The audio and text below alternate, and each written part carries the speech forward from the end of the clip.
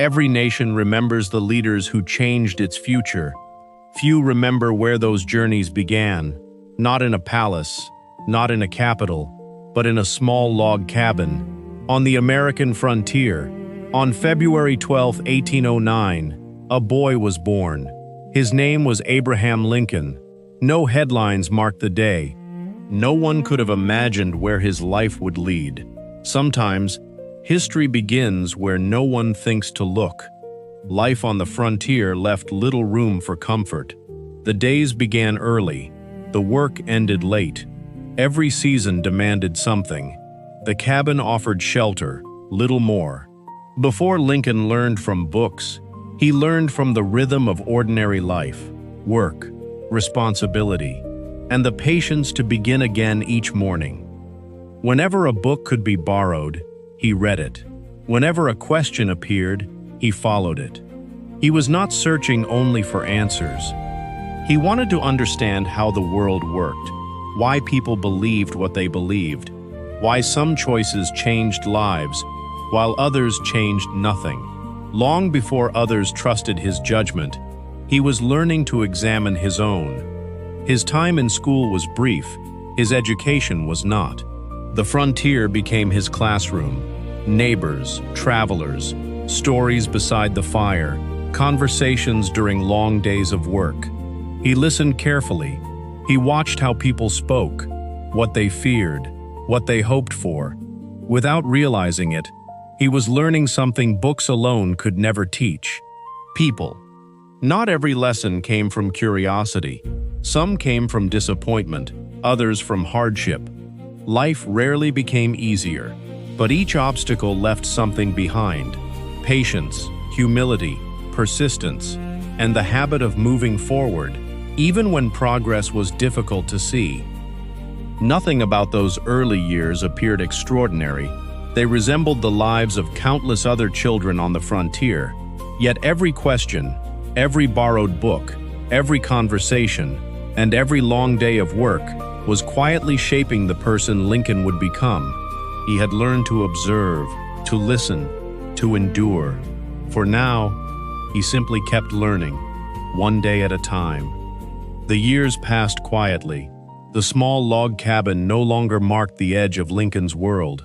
With each passing season, the frontier demanded more of him. Childhood slowly gave way to adulthood. The future remained uncertain. He kept walking toward it anyway. Long before people knew his name, they knew his willingness to work. He split rails, worked the fields, handled cargo along the river. The labor was demanding, often exhausting. It taught him something no classroom could offer. Respect is earned one day at a time. Books were still difficult to find. Whenever he borrowed one, he read until the light was gone.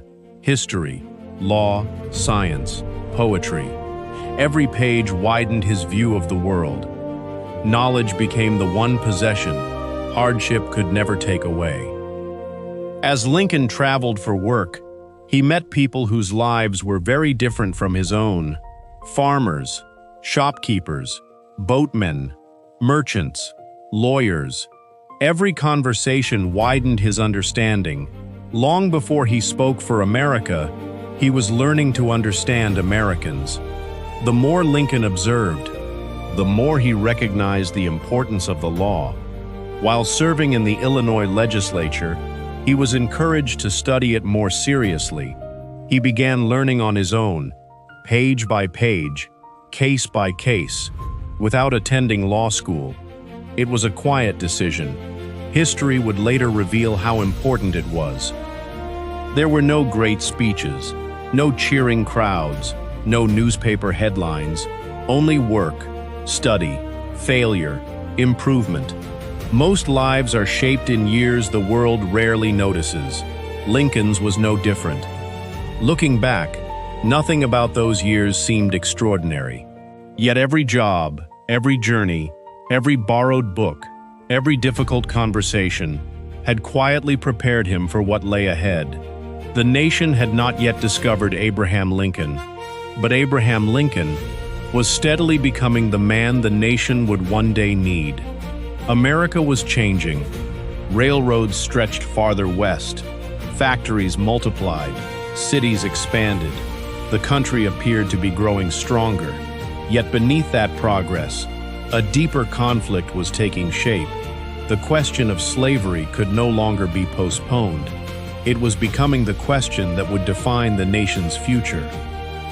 Lincoln never believed that speaking first made a person wiser. He listened. He observed. He weighed opposing ideas before reaching his own conclusions. People noticed, not because he spoke the loudest, but because he tried to understand before he answered. That habit would soon face its greatest test. The law had taught Lincoln how to reason. It valued evidence, fairness, and restraint. But outside the courtroom, arguments alone could no longer calm a divided nation. The conflict had grown beyond legal questions. It had become a moral one. Lincoln spoke without theatrics. He relied on simple words, stories people recognized, questions people could not easily ignore. He never demanded agreement. He invited reflection. Slowly, his speeches began reaching audiences far beyond the towns where he delivered them. In 1858, Lincoln challenged Stephen A. Douglas in the Illinois Senate campaign. Douglas secured another term. Lincoln did not. Yet their debates spread across the nation. The election ended. Lincoln's voice did not. Defeat offered an easier path. Return to private life. Return to the law. Return to certainty. Lincoln chose otherwise. Not because success was guaranteed, but because some questions had become too important to leave unanswered. By the end of the decade, Lincoln was no longer simply a lawyer, nor only a politician. To many Americans, he had become a voice of reason during a time of growing division. The nation was approaching a turning point, and so was he. In 1860, Abraham Lincoln was elected President of the United States. For many Americans, it was a moment of celebration. For many across the South, it became the moment they believed the Union could no longer hold. Even before Lincoln took the oath of office, states began leaving the Union. He had won the presidency. Now he faced the possibility of losing the nation itself. The divisions that had been growing for decades could no longer be contained. At the center of the conflict stood the future of slavery. Families found themselves on opposite sides. Communities imagined different futures. The United States no longer debated where it was going. It questioned whether it could remain one nation at all. On April 12, 1861, Confederate forces opened fire on Fort Sumter. The Civil War had begun. From that moment, every decision would be measured in lives. The office Lincoln had sought had become a burden few could imagine. The speeches ended. The applause disappeared. What remained were military reports, maps, casualty lists, letters from generals, letters from grieving families. Leadership often appears strongest in public. Its greatest burdens are usually carried in private. Every order mattered. Every appointment mattered. Every signature carried consequences. One stroke of a pen could send thousands into battle, or change the course of the war. Responsibility was no longer an idea. It had become part of every day. Courage is often imagined on the battlefield. Lincoln revealed another kind, the courage to decide when every choice carried loss. The courage to continue, even when certainty was impossible. The Civil War was testing the nation. It was testing Lincoln as well. He was no longer simply leading a government.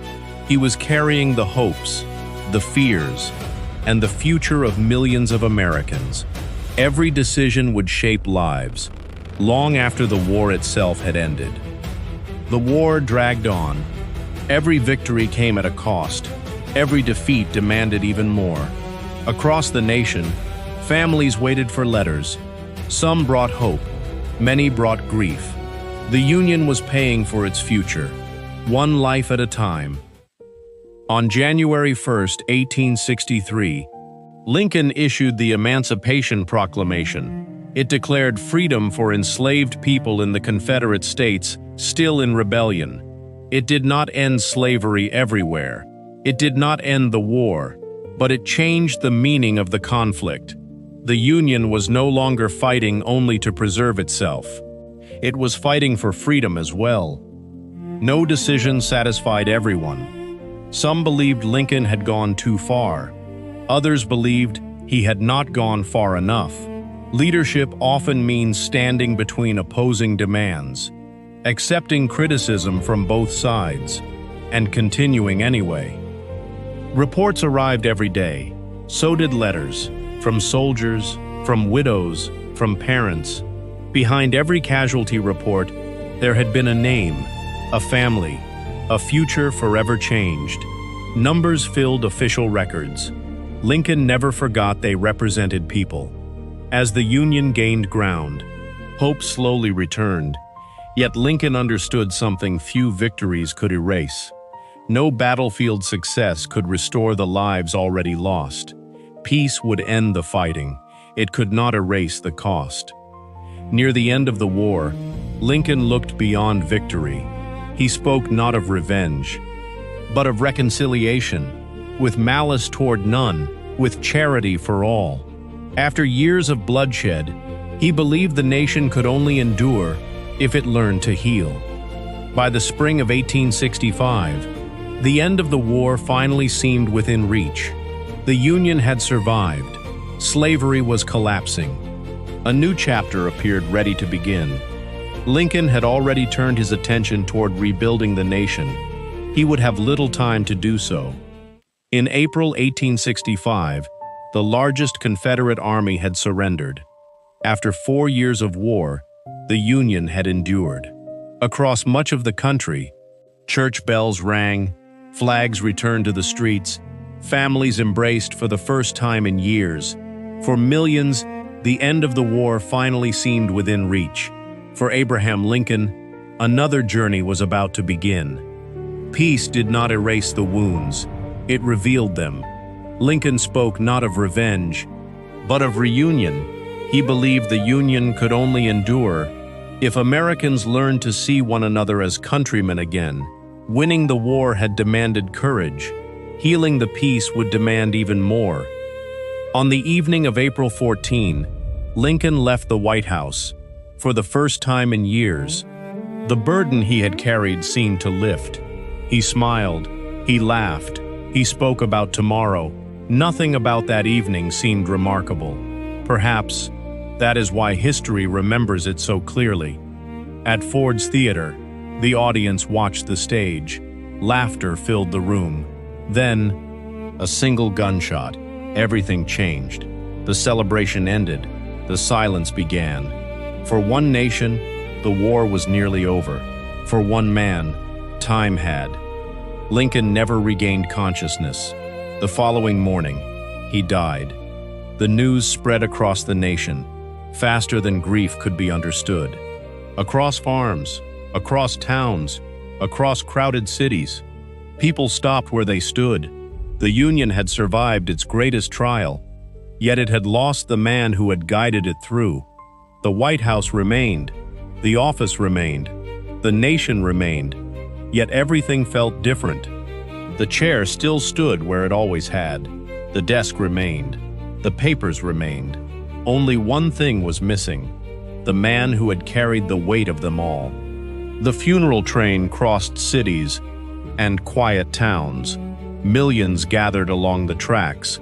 Many saw only a passing train. They came anyway, to remove a hat, to bow a head, to stand in silence. Some losses are too great for words.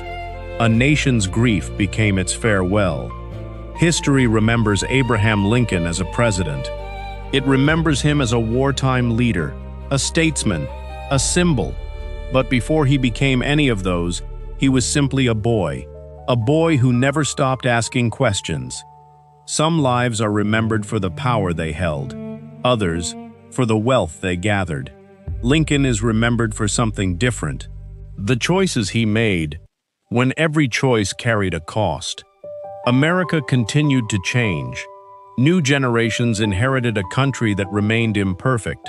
Its struggles did not disappear, neither did its ideals. History rarely ends with one person, but some people change the direction in which history moves. Lincoln did not live to see the nation fully rebuilt. He never witnessed the generations that followed. Yet the principles he defended continued shaping debates far beyond his own lifetime.